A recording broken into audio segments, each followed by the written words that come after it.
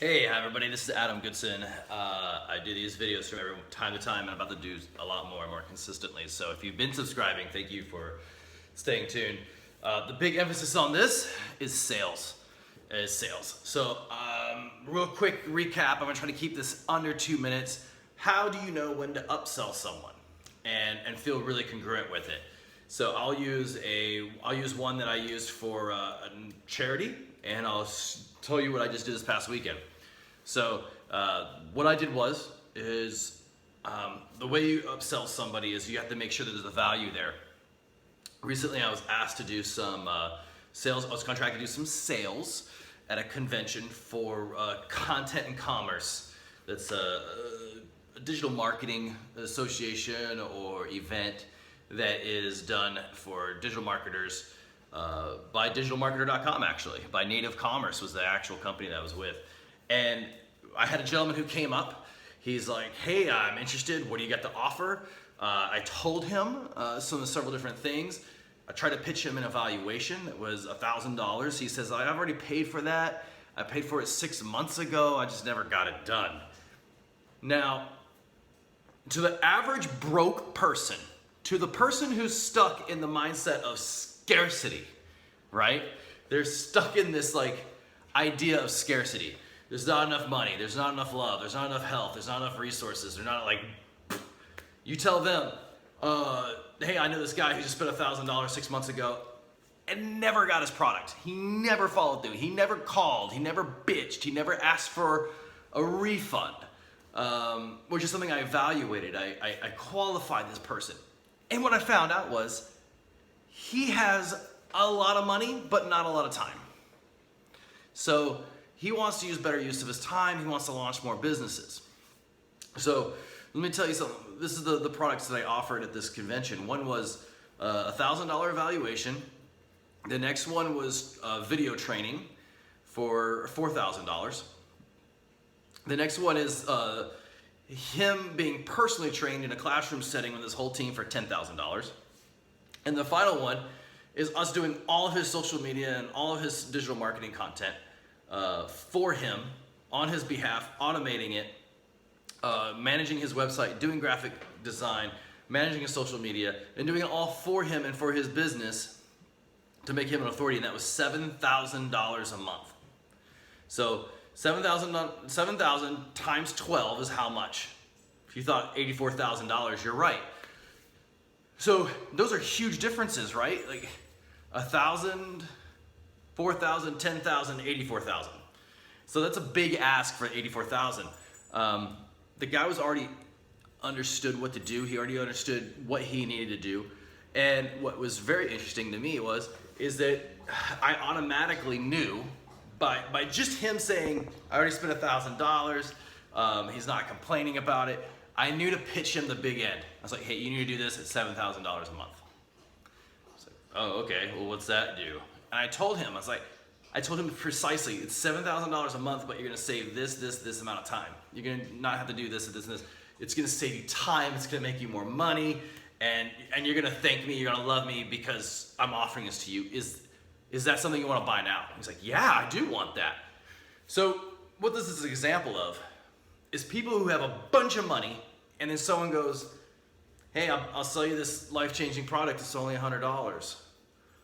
I used to do this with my coaching, where I'd undervalue myself, or I put a lower price point and I'd say, oh, I'll do this for $100, I'll do this for $1,000.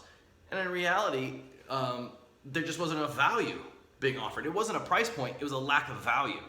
So I already knew by this gentleman that he did not value a $1,000 valuation, but he would value an $84,000 solution. Big difference, right? So I got the sale, and it was awesome. So when do you know to do this? You know when to do this when someone doesn't complain about the price and they still say no. That's your number one indicator to increase the value. Pump up the buying pressure by giving them more value. If somebody, and just be honest, if you ever give somebody more value than what they think they're paying for, they're gonna come back, they're gonna trust you, they're gonna refer you, they're gonna share you, maybe they'll become your biggest champion, and they might keep a lot of what you do secret. I did the same thing with doing fundraising for student veteran organizations. We would ask for $25 for like a donation for like lollipops and ticket sales. And I'd meet some people and they'd just be like, I don't have time to go to another banquet. I have a bunch of money. I don't have time to do this. I want to help out, but I just don't see how giving you 25, 50, maybe $75 for tickets and going to have a meal is going to make that big of a difference. In which my immediate response was, well, how about you pay $1,000? And they're like, oh, what? It's like $1,000 will get us a new couch. $1,000 will get us some more food for the house. $1,000 will help out with scholarships. $1,000 will help out with this.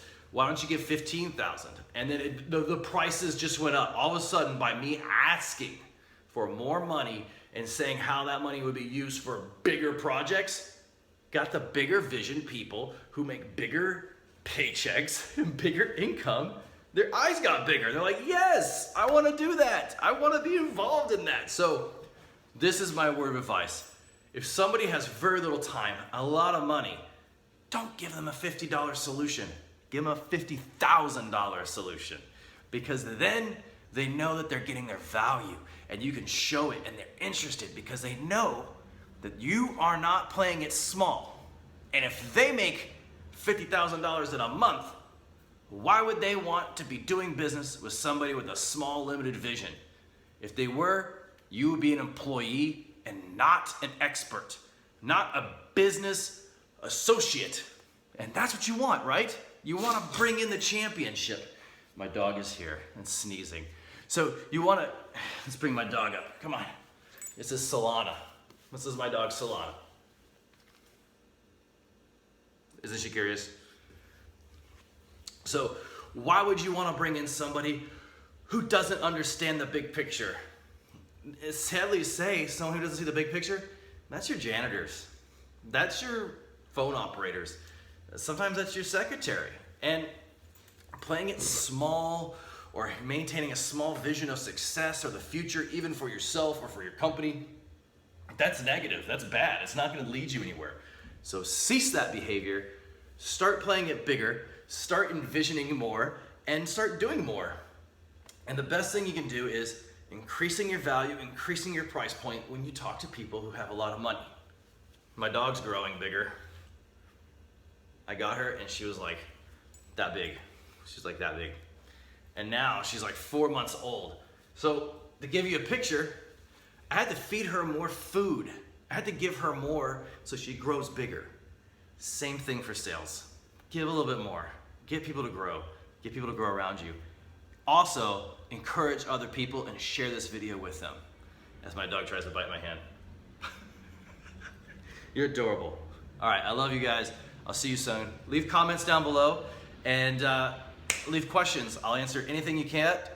I'll answer anything you have to the best of my ability, and maybe I'll make another video just about that.